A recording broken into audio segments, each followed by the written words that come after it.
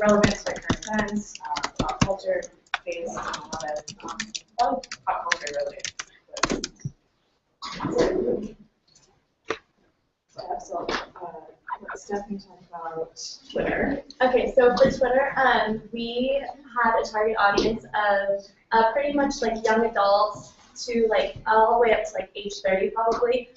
We wanted to hit both men and women, but we mostly got young women or adult women. So it says tweeting and following our way to the top of the food chain. So basically, like our strategy was we followed 795 people, and by doing that, we were able to get 300 followers. We now have 300 followers, and it was really cool because we were able to interact with different kinds of companies. All the people we followed were like different bakeries, different cupcake specialized places, so that really helped us get our name out there. People were constantly messaging us, constantly tweeting, retweeting, favoriting, all that stuff, so that really helped us get our content out there. In terms of our content, we wanted it to be witty and whimsical, and in doing that, we stayed away from our content calendar, but focused more on relevancy and currency. So basically, if something was trending during that day, like Stephen Colbert taking over the Late Show, we had that and him holding like a flaming cupcake to celebrate what was happening for him. And then we also used popular hashtags like Man Crush Monday or Woman Crush Wednesday or Throwback Thursday, and then got retweets and favorites from that because, I mean, everyone loves Ryan Gosling.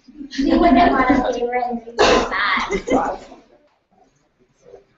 All right, and so going to Facebook, obviously, as you all know, the algorithms are trying to keep everybody down, including us. So it was a little bit harder to reach people, but we actually have 70 likes. And so considering we only have 70 likes, we actually did a really good job of trying to get some of that engagement. Our main focus on Facebook especially was the content and the relevancy of the content. Yeah, that's fine. No one so just to kind of touch a little bit more about the analytics. And so on average, we would reach 35 to 75, and our highest was about 158, and our lowest at 21. We usually got about 5 likes, anywhere from 2 to 14, and our peaks were at 9 a.m. and 10 p.m., so we kind of came up with our own little slogans, and people wake up thinking about cupcakes and go to bed dreaming about them too.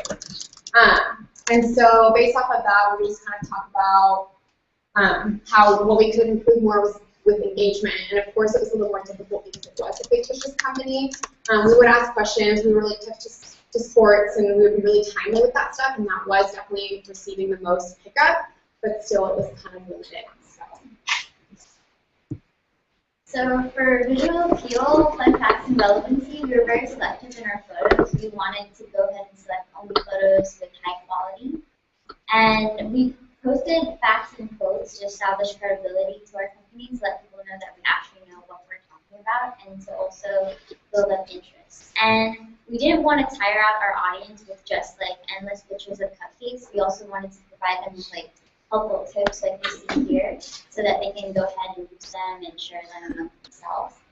And again, relevancy is something that we focused on again. It gave us the opportunity to have the new, the now, and the next. So we strived really hard to like kind of correlate what was going on a specific day or season. So for example, we had National Girl Scout Day, so we posted a cupcake picture about that. Posted a cupcake themed baseball because baseball season came around. So with our Instagram, we had a wrap of 125 followers with 32 photos. Our like average was about between 16 and 17, with the Super Mario cupcake being most popular. And all the uploads, we say about it's really pop culture to what people like, basically just from simple, like I said, pop culture, video games, other TV shows, and marketing. For this one has the mustache, this was a good way for us to link it back to people going back and liking us on Facebook. We said I must ask you a question if you like us on Facebook. So it's just ways of getting creative with cupcakes and getting people to like us on all of our different platforms. And like I said, we want to show like release to people, and not every cupcake will be perfect. So. And then, like for the Starbucks one, like we posted this on a Monday, and I just woke up, and first thing I do on Monday mornings, I have to have coffee.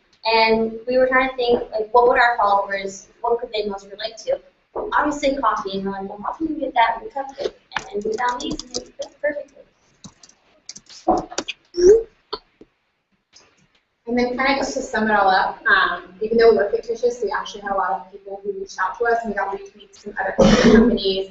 We had someone actually message us on Facebook asking about some catering stuff. And so that was kind of really cool because we were like, wow, like we actually kind of seemed legit, and that kind of gave us this credibility that we didn't know we had. So that was pretty awesome. And you know, we may be fake, but at least we have one little cupcake shop with us tonight. Good job, guys.